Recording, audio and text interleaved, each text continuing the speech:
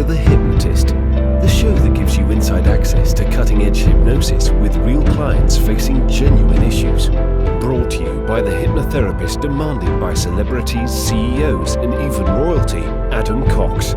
These recordings took place live from Adam's clinic in London's world-famous Harley Street.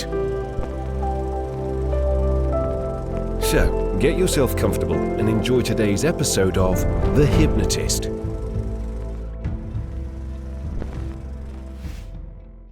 Hi, it's Adam here, and in this hypnosis session, you're going to hear a metaphor which I love, which is called the control room of the mind. And I was working with a client that had a very, what felt like serious meeting, and it was going to be them presenting in front of a panel of people that were quite influential within their workplace. But they wanted to feel very confident, they wanted to feel very credible, they wanted to feel like an expert, and they wanted to have a tone, not of being inferior or superior, but that of a teacher, of educating to people that didn't fully understand this thing that they were very knowledgeable on.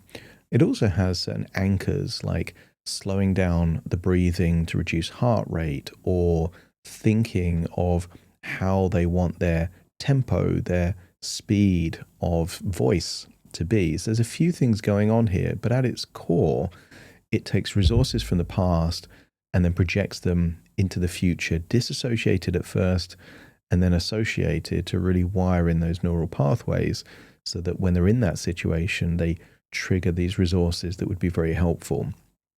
It was created for an individual. Maybe the resources that you want aren't confidence and credibility. Maybe you want creativity and passion or something else. In which case, I would encourage you to think of different memories, go back to those and then harness them. Or there will be a link in the description where you can schedule a free consultation call to explore working with me. And then I can just help you to create this session in real life. Plus you would get a recording based around whatever resources you want more of in whatever circumstance that you would want. Who wouldn't want more fun, more passion, more creativity, or more resourcefulness, the ability to solve problems or be more productive? That's what's possible with this particular metaphor. And it's not magic. What we're doing is we're harnessing resource states from the past and then associating into them, repriming them, and then linking them, triggering them like a post-hypnotic suggestion to the very context that they would be most useful. If you are interested in working with me, check out that link in the description. For now, though, find a quiet, comfortable place where you won't be disturbed, relax, and enjoy the session.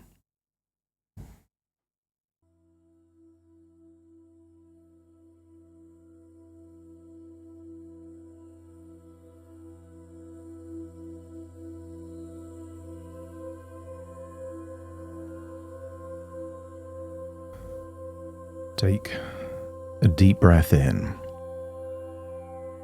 and as you breathe in that feeling of calm relaxation, and as you exhale, feel a wonderful feeling of release, as if any tension, worries, any of that anticipatory fear seems to dissolve and dilute. Feel it leaving your body in your outward breath, as each breath takes you deeper and deeper relaxed. And just set the intention to loosen your jaw. Just imagine that muscle there around the jaw, letting go of any tension. And as the jaw loosens, your breathing slows down even more. As you start to appreciate the rhythm of your own body. Your heartbeat has a rhythm. Your breathing has a rhythm. Even your brain waves have a rhythm. And as you breathe in and breathe out, just imagine collectively, these rhythms start to slow. Incrementally, gradually, steadily, but they do. And as they do, I want you to feel that the outward breath gets longer than the inward breath. Breathing out for longer, as it really feels that there's a dial in your mind from being on high alert to being very relaxed, and it's just moving that way to being very relaxed. And as your body relaxes, your imagination awakens. And I want you to imagine a forest. Maybe a forest you've been to many times, or maybe a forest that you've only ever read about in a book, and yet you imagined it anyway. And just imagine you're in that forest, wearing whatever clothing is appropriate to be in that place. And I want you to feel stealthy, quiet, but equally with high sensory acuity. You could notice a sound, a breeze, the sound of a bird, or a branch breaking. And just imagine feeling that you're in that place, and in that place you feel calm, you feel relaxed. And I want you to imagine discovering an old building there in that forest, dilapidated, perhaps leaks in the roof, and yet the door is steady and strong. And just imagine standing in front of that door, and as I count from 5 to 1, you will imagine opening the door and walking through. But instead of finding the interior of that derelict building, you will imagine something much more modern. Something which is a hybrid of a small cinema room and a control panel with gauges, dials, dashboards. But for now, you're outside in the forest, standing in front of a door. 5, hand there on the handle. 4, turning the handle. 3, pulling the door open. 2, walking through the door. And 1, closing the door behind you. And notice you're in that control room. A big screen in the middle, and a big control panel. Lots of gauges, dashboards, analysis and data. Maybe it looks like the cockpit of an advanced helicopter or plane. Or maybe it looks like something more mechanical. It could be futuristic or traditional. And I want you to get a sense that there are lots of things that you can change here in this place.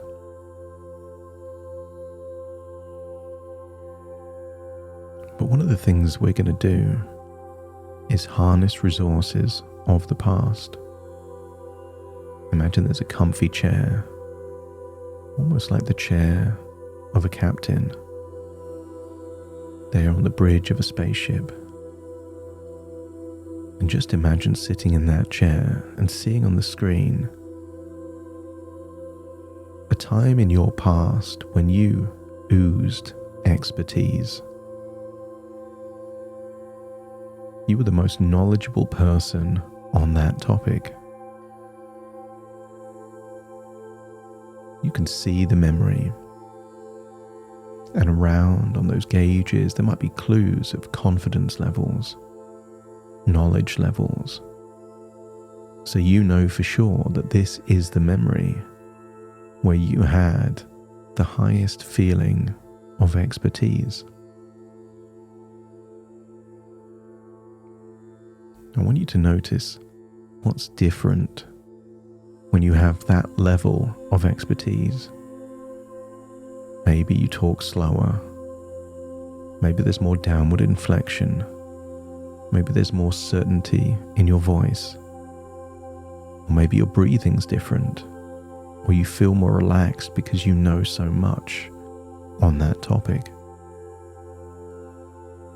And when you know for sure that that version of you is you with that expertise, let me know by nodding your head. And then imagine floating into the screen and into that version of you, occupying you when you felt with the highest level of expertise. Breathe that way, feel that way. Maybe there's a clue in your inner dialogue, a certainty, a feeling of, I know what I'm talking about. And I want you to think of something that you could replicate at any point in the future to get back to this feeling. Maybe it's a phrase you say in your inner dialogue. Maybe it's a particular posture that you hold, or maybe a movement. And just imagine doing that. And when you imagine doing it, then do it in reality. So your body knows what to do to get this feeling again.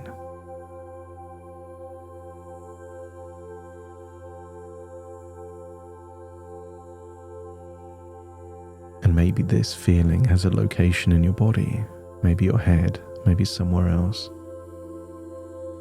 And I want you to imagine a color or a shape in that location of that feeling, and just expand it, glow it, turn up the brightness, and feel more of that expertise. And when you have it, let me know by nodding your head. That's it. Float back to that chair, that captain's chair, and then let's recall a different memory.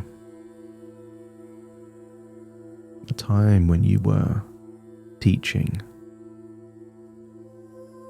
but you were teaching from a place of understanding, not just knowledge. Many teachers regurgitate words that other people have written, but I want you to think of a time when you were teaching from a place of real deep understanding. You knew it, and yet there was no element of being patronizing or condescending, no superiority.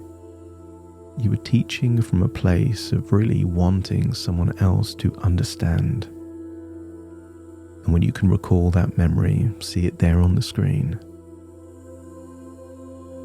and observe the clues that when you're teaching at your best, there's a tonality to your voice, a facial expression that you hold, a posture that you occupy more often.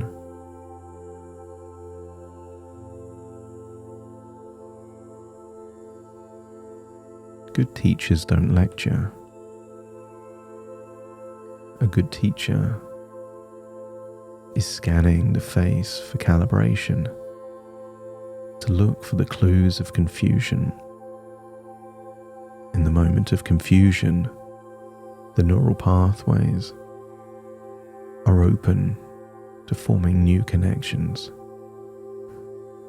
And when you're certain that version of you has that ability to teach in an authentic, useful, empowering way float into the screen, into your body, and feel that way.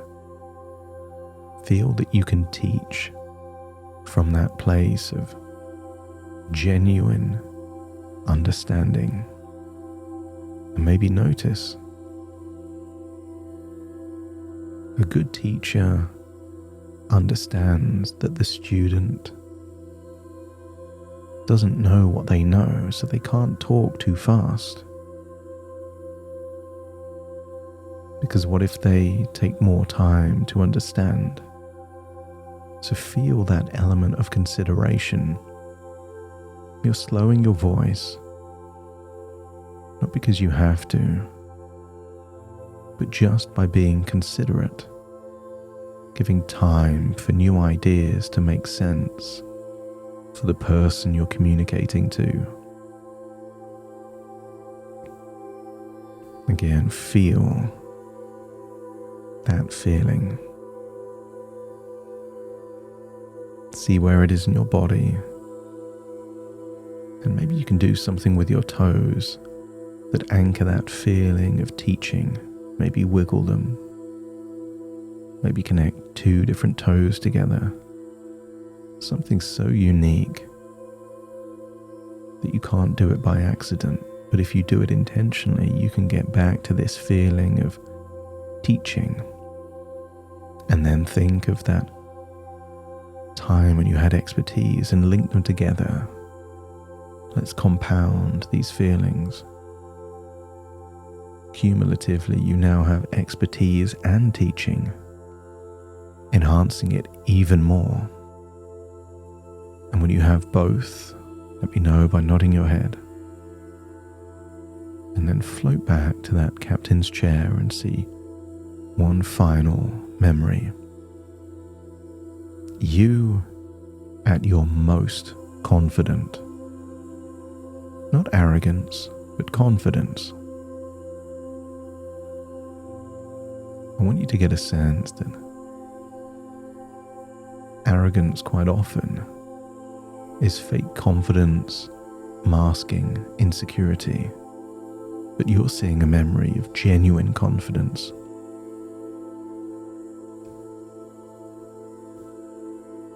Observe that version of you. How do you breathe when you're confident? How relaxed are you when you're confident? What's your facial expression and posture like when you're confident like that? And then float into the screen, into your body, and feel that way.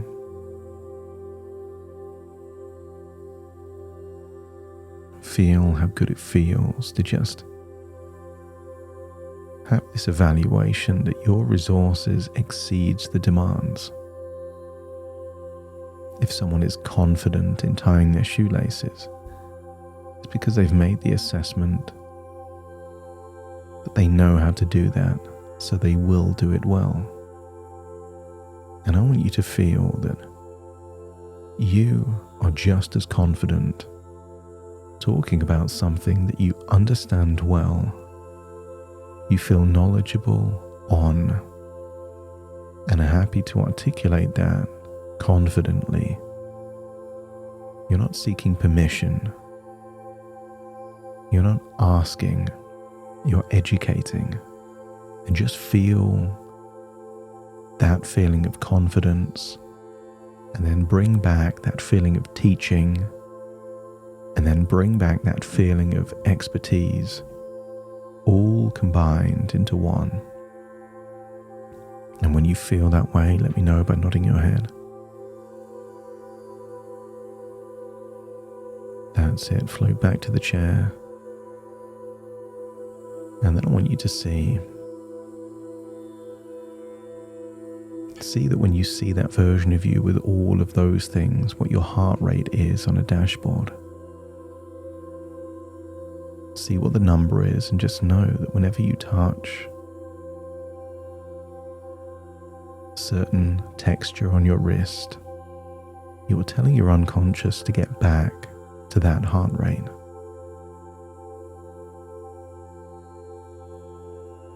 I want you to get a feeling that whenever you want to slow down, you just deliberately breathe out for a lot longer. And then I want you to imagine seeing on the screen yourself in the future with all of these qualities for an important meeting. But you don't turn up to that meeting apologetic, cap in hand, seeking permission. No. You're at that meeting well prepared, oozing expertise, with the tonality of a wise teacher, brimming with confidence. And just imagine the key elements of how you arrive, how you're waiting. See yourself being invited into a room, smiling, but not that shy, nervous smile, a confident smile. There is not an element of worry there, because that version of you knows your resources exceeds the demands of this situation. You can handle it, and you will. Observe how you give the talk. Pay attention to the tempo, the pauses, the mannerisms, and just get a sense that that version of you can do this easily. Imagine them asking some difficult questions, and imagine that you've got 3 words that are like a get out of jail free card. It doesn't matter what they ask, because those 3 words in essence give you full immunity to any issue they may bring up. That version of you feels invincible, because what you're doing is within your scope of practice, and you know it. But they might not know it, which is why you educate. And when you've seen it go well, let me know by nodding your head. Rewind. But before you step into that version of you, just dial up the confidence, dial down the heart rate, and just boost that sense of optimism, a feeling that things are going to go well. And then step into the screen, rewind it to the beginning, and from a first-person perspective, feel how you would feel going into that situation, oozing all the resources and more that are necessary. You have this sense that this is like using a sledgehammer to crack a nut. You have more resources than you need, and you know it, which is why you can feel relaxed, feel comfortable, feel like an expert, feel that you can educate because you truly do understand, feel that you have evidence that what you say is real, not just your words, but someone there that can articulate, vouch, have irrefutable evidence that what you say is true. And then imagine that time coming to an end, maybe shaking a few hands before you leave, and you leave with a spring in your step, knowing that you haven't been weakened by this, you've been strengthened by it. Like the Lindy effect. If something is tested and passes the test, it is stronger for going through the test. And when you leave, float back into the chair, and if all parts of your subconscious mind feel that you have all the resources necessary to meet this demand, let me know by nodding your head. And now it's time to leave. But just dial up one resource there on that control panel, which has nothing to do with this meeting and everything to do with just enhancing the quality of your life. Just dial that up to the optimal level, knowing it's going to help improve the quality of your life. And then you leave through that door, find yourself there in the forest, but feeling wonderful, feeling resourceful, feeling like you're almost looking forward to the test, because passing the test will feel like a formality. And now it's time to float back from the forest, back to the here and now, bringing all of these resources, thoughts, and strategies with you. So take a deep breath in through your nose and out through your nose. Just wiggle your fingers, wiggle your toes, connect and calibrate into the here and the now, as I now count from 1 to 10 to awaken you. Starting to count. 1, 2, 3, waking up. 4, 5, 6, more alert. 7, 8, open your eyes, open your eyes. 9, 10, wide awake, wide awake, wide awake.